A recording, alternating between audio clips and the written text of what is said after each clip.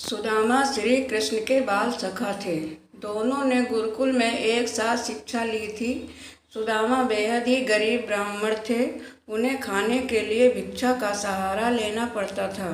क्योंकि वह सच्चे ब्राह्मण थे, इसलिए वह केवल 5 घरों से ही दिन भर में भिक्षा मांगा करते थे। जितना मिलता था उसमें अपना और परिवार का भरण पोषण किया करते थे।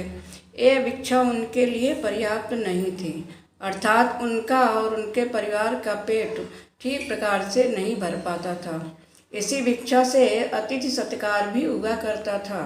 सुदामा की पत्नी को यह ज्ञात था कि श्री कृष्ण द्वारिका के महाराज हैं। वह सुदामा के बाल सखा मित्र हैं। उनके ऐश्वर्य और वैभव की ख्याति दूर दूर तक फैली हुई थी। अगर सुदामा अपने सखा से सहायता मांगेंगे तो वह ना नहीं कहेंगे। ऐसा विचार करते हुए उन्होंने काफ़ी प्रयत्न के बाद सुदामा को द्वारका जाने के लिए मना लिया। रास्ता बहुत लंबा था और जाने का एकमात्र साधन स्वयं अपने 2 पैर थे।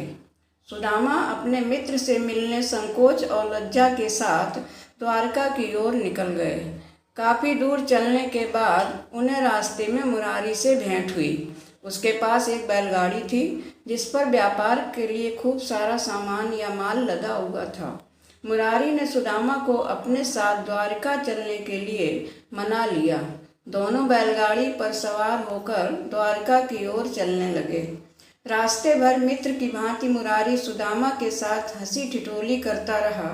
द्वारकाधीश उसके मित्र हैं, इस पर भी उसका उपहास करता रहा, किंतु सुदामा उसकी बातों पर जरा भी क्रोध नहीं करता। द्वारका के निकट पहुंचकर मुरारी ने अपनी बैलगाड़ी प्राचीन मंदिर के पीछे रोक ली और सुदामा को कहा, विप्रवर, अब आपकी और मेरी राह अलग अलग है। अब आप द्वारका प्रस्थान कीजिए और मैं व्यापार के लिए आगे बढ़ूंगा।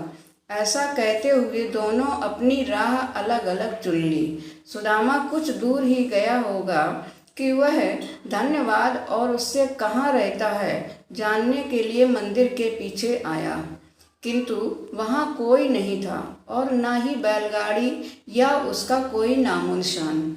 सुदामा आश्चर्यचकित और स्तब्ध रहा। उसके समझ में कुछ नहीं आ रहा था।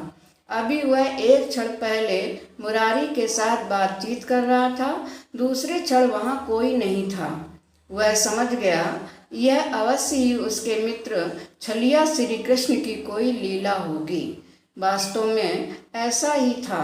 जब दोनों की मुलाकात हुई तो मुरारी की घटना पर दोनों मुस्करा रहे थे।